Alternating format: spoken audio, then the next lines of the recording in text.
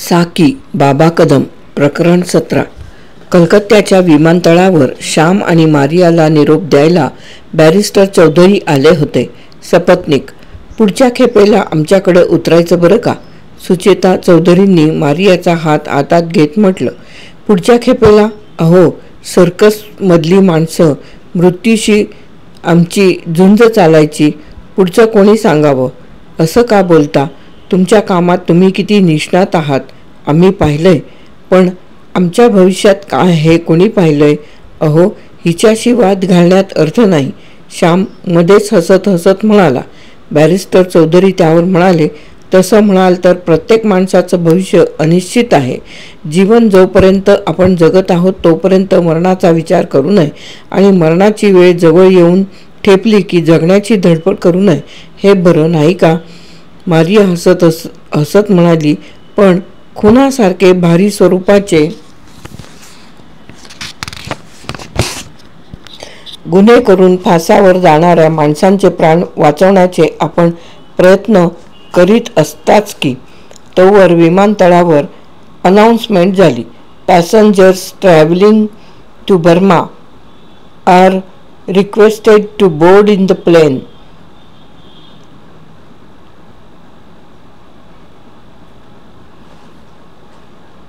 To board the plane. Shyam आणि Maria, barrister Chaudhari आणि सुचेता चौधरी यांनी त्यांना निरोप दिला. बघता बघता विमानानं आकाशात झेप घेतली. रंगूनच्या विमानतळावर प्रोप्रायटर रामय्या, नंदिनीताई आणि अच्युतन आले होते. श्यामला वाटलं होतं साकी नक्की येणार न्यायला, पण ती आली नव्हती. प्रोप्रायटर रामय्यांनी श्याम आणि मारियाचं अभिनंदन केलं. अच्युतननी त्या दोघांसाठी गलेलठ्ठ हार आणले होते. वृत्तपत्रातून खटल्याचा समग्र वृत्तांत त्यांना कळलाच होता. प्रोप्रायटर रामय्यांच्या गाडीतून सर्व मंडळी सर्कसच्या आवारात आली तेव्हा सर्व खेळाडूंनी श्याम आणि मारियाचा जय जयकार केला, पण इथेही साकी दिसली नाही. तेव्हा श्याम काहीसा अस्वस्थ झाला. त्या गर्दीतून वाट काढत तो साकीचा तंबू शोधत आला. साकी कॉटवर पडून होती, डोळे वरच्या छतावर स्थिरावलेले. साकी, मी आलोय, बाहेरच्या जय जयकारावरून समजलं. तुला काय झालंय? बोलत का नाहीस? बोलण्यासारखं काही शिल्लक आहे का? अगं, पण झालं तरी काय? सांग ना. शेवटी दोघं एकाच खोलीवर राहिलात ना? हो, राहणं भाग पडलं का? अँटोचे साथीदार मारिया एकटी सापडली तर घात करतील म्हणून? असं म्हणून रोज संध्याकाळी दार बंद करून दारू झोकत होता तर? हे तुला कोणी सांगितलं? कोणी का सांगेना, पण दोघं मिळून पीत होता की नाही बोल. प्यालो. कुठं झोपत होता? निरनिराळ्या कॉटवर, पण एकाच खोलीत. अर्थात. ठीक, जा आता. यापुढं मला काही एक सांगू नकोस. ओळखायचं ते ओळखलंय मी. साकी, साकी असं वेड्यासारखं करू नकोस. मला बोललीस ते ठीक झालं. मारियाला असं काहीतरी बोलशील आणि भलतंच होऊन बसेल. इतकं जपतोस तिला? Very difficult to convince you. कोर्टात तिच्या बाजूनं काम चालवायला काय नडलं होतं? अरे, सारा खोटा बचाव पुढं येऊ लागला तर काय करू? खोटा बचाव?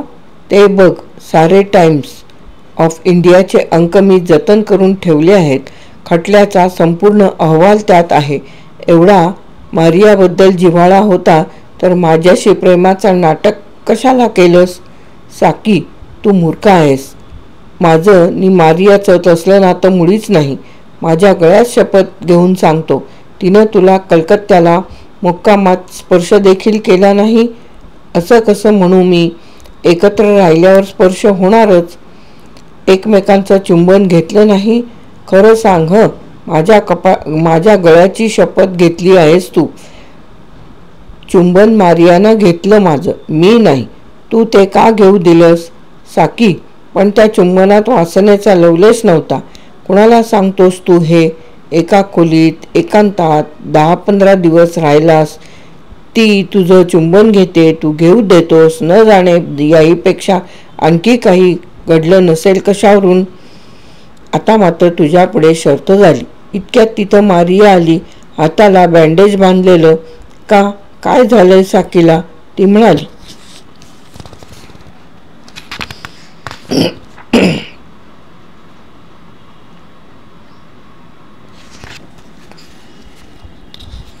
काही नाही मारिया, चल. मला तिनं चाकूफेक शिकायला सांगितलंय तुझ्याकडून. 10-15 दिवस फुकट गेलेत. पण साकीला काय झालंय. जाता जाता ती म्हणाली, तू चल, बरं नाही तिला. तिच्या हाताला धरून बळे बाहेर ओढत श्याम उद्गारला, अरे पण काय झालंय काय साकीला. काहीतरी होऊ दे. तू पुन्हा तिची चौकशी करायला जाऊ नकोस. हात जोडतो मी. आय सी, म्हणजे तू ज्या मरणाला भीत होतास ते ओढवलंय तर. काही म्हण, पण कृपा करून तिच्याकडं पुन्हा जाऊ नकोस. मारिया हसली आणि म्हणाली, ठीक, विषय सोडला. तुला चाकूफेक शिकायची आहे ना, मग सकाळी 9 वाजता तालमीला ये. रात्री श्याम विचार करीत होता, आता यातून मार्ग काढायचा कसा. अँटो गेल्यापासून सर्कसमध्ये कधीही न भरून येणारी पोकळी निर्माण झालेली आहे. मारियाबरोबर खांद्याला खांदा लावून काम करण्याची आपल्याशिवाय कुणाचीही पात्रता नाही. आणि तिच्यासह काम करू लागलो तर ते साकीला रुचणार नाही. न का रुचेना. साकी करून करून काय करील. पण ते तरी कसं शक्य आहे. आजच्या माझ्या घवघवीत यशाला साकीच कारणीभूत आहे. माझा लाजरेबुजरेपणा तिनंच घालवला.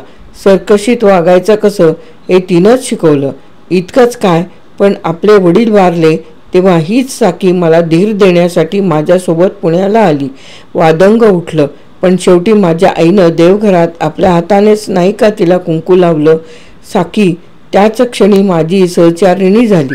त्यानंतर कलकत्त्याला परत आल्यानंतरची ती रात्र मोठा विचित्र प्रसंग. रात्री ती आणि मी दोघंच तंबूत होतो. साकीजवळ जाऊन झोपावं असं वाटलं लागलं. साकी, झोपलीस नाही का. मला झोप येत नाही. तुझ्याजवळ येऊ. ये. मग मी तिच्याजवळ गेलो. साकीच्या सुळसुळीत केसांचा मादक वास नाकात शिरला. मी तिच्या अंगावर हात टाकला. प्रतिकार नाही. गालाचं चुंबन घेतलं. प्रतिकार नाही. मग मी आणखी काहीतरी करू लागलो तेव्हा मात्र साकी चटकन उठून बसली. श्याम, एवढ्यासाठी जवळ आलास. साकी, तू आता माझी नाहीस का. आहे, पण अजून आपलं लग्न व्हायचं आहे. लग्नाआधी मी तसल्या प्रकाराला मुळीच तयार होणार नाही. माझी मलाच लाज वाटली. डोळे मिटून मी स्वस्थ पडून राहिलो.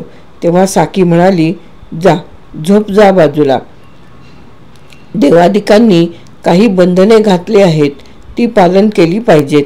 मी निमूटपणे उठून बसलो. बराच वेळ झोप लागली नाही. सकाळी माझी मलाच लाज वाटली. साकीच्या डोळ्याला डोळा भिडवण्याचं सामर्थ्य नव्हतं. त्यानंतर रोज रात्री झोपण्यापूर्वी साकी येऊन माझ्या कपाळाचं चुंबन घ्यायची अन म्हणायची, थोडं थांब, अन माझे केस कुस्करून जाऊन झोपायची बाजूला. कलकत्त्यात मारियासह मागे राहण्याची वेळ आली तेव्हा मात्र साकीनं मला वारंवार बजावलं, जपून राहा.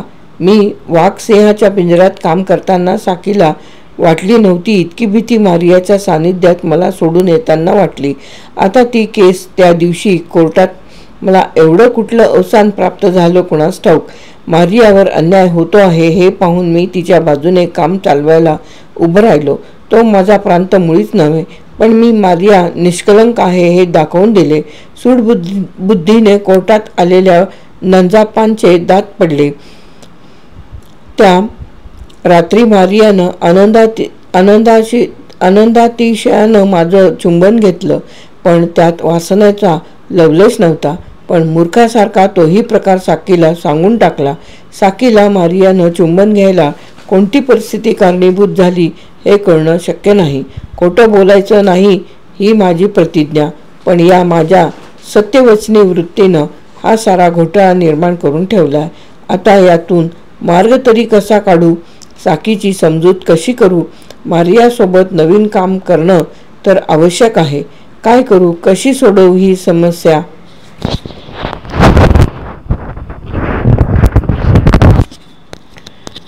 असा बराच वेळ श्याम विचार करीत पडला होता, पण मध्यरात्र उलटली तरी त्याला मार्ग सुचला नाही. या कुशीवरून त्या कुशीवर एकसारखा होत होता. जनावरं डरकाळ्या फोडत होती, घोडी मध्येच किंकाळत होती आणि सर्कसचा वॉचमन बहादूर सिंह गुरखा काठी आपटत सर्कस भोवती फिरत होता. अशी ही रंगूनची पहिलीच रात्र विचारात आणि विवंचनेत उजाडली. राहुटीतून सूर्यकिरण आत आले तेव्हा श्याम उठला. पलीकडच्या कॉटवर साकी नव्हती. पांढरी हाफ पॅन्ट आणि तंग बनियन घालून साकी कसरतीच्या तालमीसाठी केव्हाच उठून गेली होती. प्रकरण 17 येथे समाप्त. साकी बाबा कदम.